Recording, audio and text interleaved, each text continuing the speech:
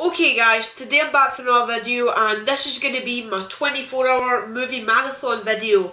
Now this was set up by Ryan Chataway, and first off I might as well say that the link to Ryan's channel will be in the description below. He's a great guy, he comes up with great ideas and deserves all the subs he gets, so we'll give him a sub if you haven't already.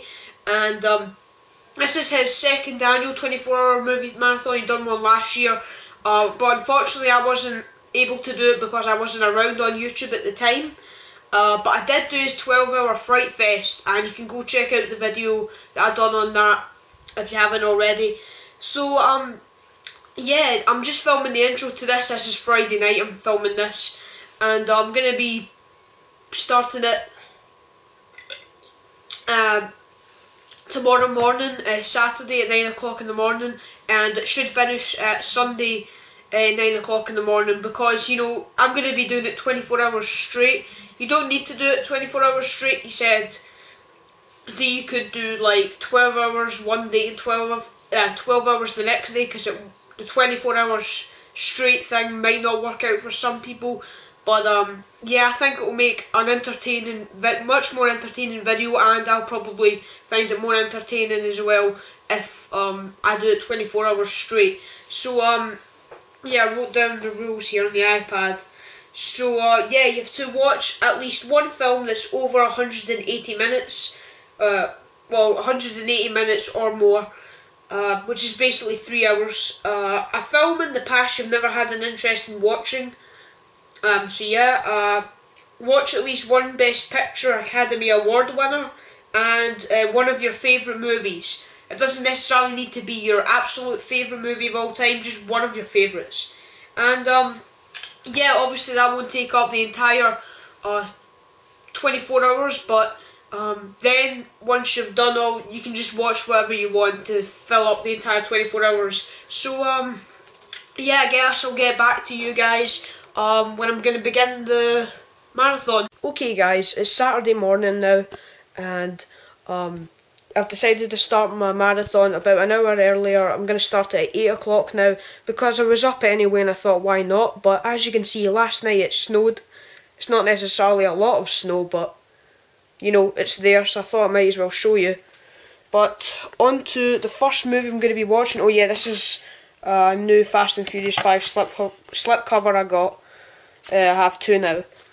And yeah, I'm going to be starting off with my 180 plus minute film, and yeah, I know all the films I'm going to be watching for my my categories, but after that I don't really know what I'm going to be watching, so I think I'm just going to decide those movies when the time comes. But as for my 180 plus minute film, I'm going to be watching the 2005 remake of King Kong.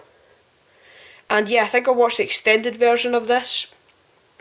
It doesn't really matter which version you watch, the theatrical or the extended, because they're both over 3 hours anyway, but I always quite like the extended version, so yeah, that's what I'm going to be watching first. Okay guys, so as you can see, it's 8:06 now, so I might as well just get started. And yeah, so I'm going to be starting off with King Kong, like I said. And you know, some people bash this film because, well, not necessarily bash it, but dislike the fact that how long it is. I always find it enjoyable from start to finish. I think it's action-packed and I just love it. But you know, there's also a great story behind it as well. And I remember seeing it in theatres twice, and I had the deluxe. I think I got the DVD the day it came out. I can remember that, and I remember getting the deluxe extended edition DVD and then getting the Blu-ray. So I always loved this film. But I don't know if I would love it so much, or at least love the length of it, if I was watching it late at night, which is probably the reason why I'm starting off the marathon with it. But I'll get back to you guys probably when I'm halfway through King Kong. Okay guys, so King Kong's still going on, but I've decided I'm going to make myself a drink, so I've got orange juice here, and this Hulk cup that you saw at the start of the video. I think I got this ages ago at Universal Studios, and I still have it. So, yeah.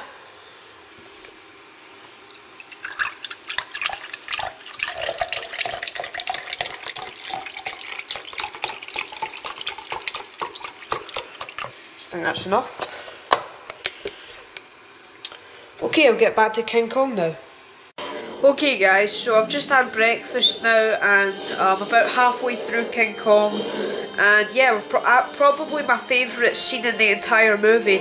I just love this scene. I can watch it over and over again. One of my favourite fight scenes. Maybe in a movie yesterday. I just think it's really great. Even though it's all CGI, I just loved it.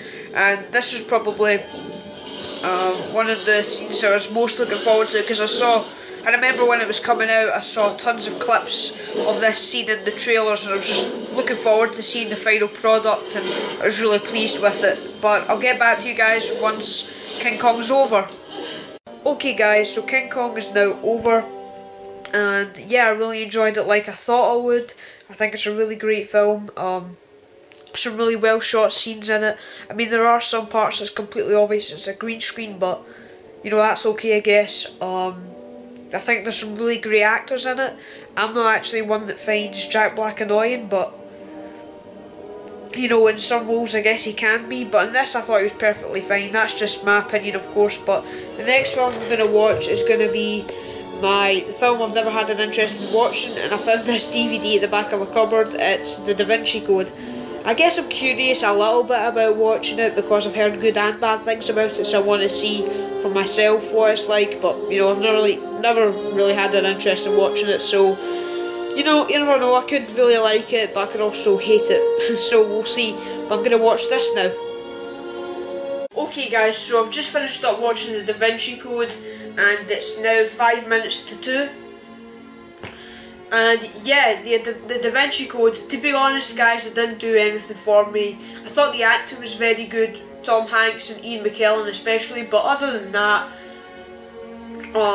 you know, I just really wasn't. I mean, some parts were interesting. I thought it kind of went like a roller coaster. It kind of got more interesting. It had its highs and its lows, and I thought just at the very end it started to pick up, but you know, then it ended and it just really didn't save the movie.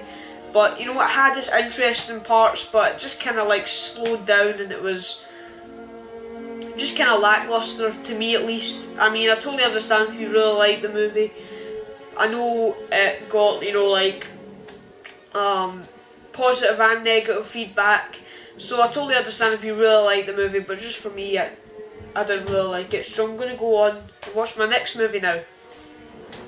So guys, I've been kind of going back and forth of which category I should go for next, whether I should go for one of my favourite films of all time or my Best Picture Academy Award winner category. And I think I'm going to go for one of my favourite films of all time, but he said you didn't need to watch your absolute favourite film of all time, but I'm going to watch my favourite film of all time, Stand By Me. And you know, this is the Sony Collector's Edition, and I absolutely love this film, and to me you cannot go wrong with Stand By Me, so you know, no doubt I'm just going to love this like I do every time I watch it. It never gets old for me, so yeah, I'll put this on right now. Okay guys, so I'm continuing to watch Stand By Me, and I've just got my lunch now. I've got a KFC here, so why can't you go? yeah, so that's what I'm eating right now. And yeah, I just absolutely love this film. Every time I watch it, just realise again how much I love it and like why it's my favourite film. I'll get more into that once the movie's over, so I'll see you then. Okay guys, so I've now finished Stand By Me, and yeah, that was just a phenomenal movie. The acting in it is brilliant, and the four main boys, the characterisation of the four main boys is extremely impressive. How they make them all, give them all, each one of them all their own personalities, and yet somehow make them relatable at the same time. But the next film I'm going to watch is going to be obviously my Academy Award winning film for Best Picture. It's part of the Lord of the Rings trilogy. It is going to be Return of the King, and I just love this film. This is one of my favourite films as well, and oh, this is just a great film, so I can't wait to watch this. And it's quite long as well, so it will take up quite a bit of time, so I'm just going to watch this now.